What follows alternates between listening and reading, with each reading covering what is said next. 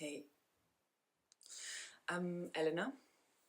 I'll bring Playfight to the training in Onderweg in June, and I'm here to explain a little bit what the practice is before you dive into it with me, and how did I come along this beautiful combination of awareness, communication and presence, and embodiment. Ah! So it took me more than a month to record this. And I still feel like, oh, there are parts of me that I need to fix. I also enjoy Playfight because of this, the playfulness of it. You don't have to be serious or know exactly what's going on inside of you to be able to relate to someone else. To describe Playfight, I imagine starting from the word play, fight. Playfulness is a big part of the practice in the sense that it allows us to be in touch with what works, what serves our body. For me, playfulness, it's an indicator that something is going right in the system. Like when you feel safe enough to be playful, then your system can thrive and it can learn even better. I notice I freeze sometimes, as if, I think it's the camera, as if I need to know exactly what to do, that it arrives in your heads as clear as possible, and I don't have a clear explanation of Playfight, because for me it's very much an experience rather than a theory. So Playfight is also a transformational practice, but through play rather than through pressure. That's not completely true though, because we have also the word fight. By fight in Playfight, we don't mean a fight for survival or a fight for learning how to defend yourself. I call it a pressure cooker because there's a competitive element that creates pressure on the dynamic. Yeah, and the pressure of the camera is really like annoying me and making me feel very shy. What we mean with fight within Playfight is a competitive element, specifically pinning each other down, but it can be different in different games, in which you want something else than your partner. You want to pin them down and they want to pin you down. This competitive element is very soft in the sense that it's really not the point of the game. There is no winning or losing, there is no counting points, but it is a direction to start observing the patterns that we have in relating that do not serve us. So as NVC, Playfight is also a relational practice in the sense that we relate to someone else who wants something different than us. And deep inside, actually, we don't want different things. But within the competitive element, which reflects reality or our life, we explore those moments of interaction with other people in which we have a conflict. So we will see Playfight, we will use Playfight in this training to look at conflictual dynamics, interrelational, and also within ourselves, because you can Playfight with parts of you. Through like using playfulness to navigate the conflict.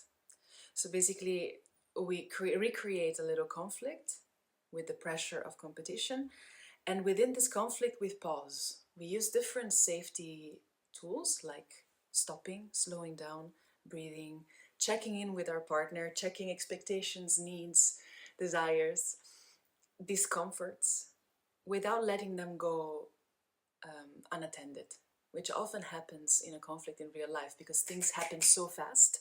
And in Playfight, the idea is slowing it down, pausing, creating a bracket to look at whatever is happening in the moment, to find ways of relating when we have differences in a playful way.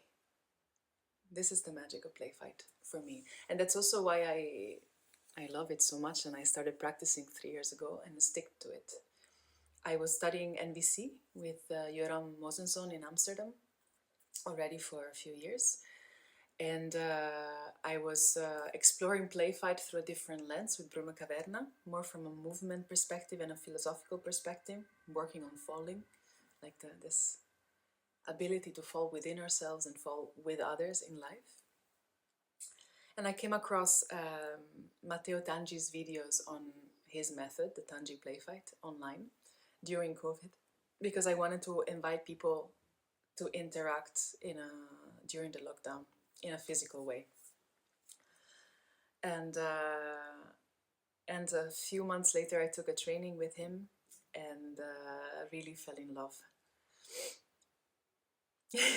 I don't quite know how to explain it. It brought together, which is also the magic of me and Tony coming together to create this training. It brought together the beautiful awareness and way of navigating conflict of nonviolent communication, and the embodiment of dancing, of playing, of moving through life, which has always fascinated me, in a way that doesn't require a technique. So very accessible. So I could do it with anyone. I have a background as a dancer and a mover. Nowadays I'm studying movement. Movement is a big bracket. I might explain it during the training. Exploring efficiency, like moving in an efficient way that is really nourishing the body, also for growing older in a healthy way. And I think in Playfight, we forget all about techniques, but we discover the same qualities in interaction with others. So after having a few play fights, I started noticing I became better at organizing my body in space, organizing my body next to another body, a bit like in dancing, without having to learn technique. So Playfight is not a martial art. There is no technique that you need to follow or you need to know. There is no body shape you need to have, no physical preparation you need to have. There is no specific type of physical ability you need to have, although it really helps if you can be on your knees on the floor.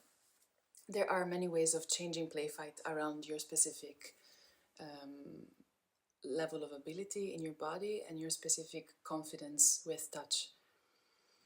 It is a touch-based practice, and it is very gradual and very flexible.